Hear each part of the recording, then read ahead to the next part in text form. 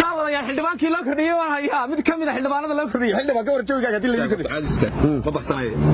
ka waran joogiga wanaagsan yahay ummadda halkeeduna sidoo ku jira in loo kordhiyo xildhibaanada maanta baarlamaanka fadhiya waana ku mahadsan yihiin marka ummad badan way ka soo horjeedaa waxay leeyihiin ilaa sanad ilaa 16 sano musaasi loo horjoogayaan musaasi fanaadaan uu kala bedelayaan miyaad saatiin baa ma tiirtay aniga ma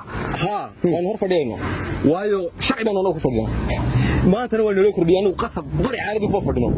dadka waxba iskaga khaldan waxaan leenahay qori caaradu ku fadhino codka dadka iyo shacabka ku fadhina iyo dawladda waxaan leenahay sidaan ay diqayroon waayo qaar maran oo koroonada maraysta baa imanaya oo adeer haadhe u banay ummadda kawar ay banay gaariga adigu oo ku banay daadu kursiga kursiga waa loo soo dadaalaa meel baa loo soo maraa wana loo soo doortay anaga safar dhaadheer baa noo galay dad baa na doortay safaf dhaadheer baa saana ugu galay dad baa noo codeeyay codkii fartii dadka anagu meesha ku fadhinay sharci waxa la sheegay gaariga inaad ilaa barigii xildhibaanada lagu doortay aad wato maxaad iskaga bedelay dad baan maqlayo le waxaan ka tageynaa dad goorma idinku ka tageysaan goorma ka kacaysaan kursiga goorma ka kacaysaan waxaan ka kacaynaa marka shacabku naga kiciyo gaariga goorma iska bedelaysaa xildhibaan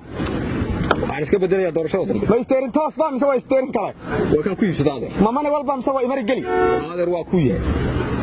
maxaa adigu su'aal xumada meel meel la taagantay waaye xildhibaan aad ku salaamaya daawada intaas ku soo gabagabeynaya xildhibaan inta xalay warkaan dhameeyo daawadayaal intaas ku soo gabagabeynaya wassalaamu calaykum gaarigiisa fuulaya xildhibaanku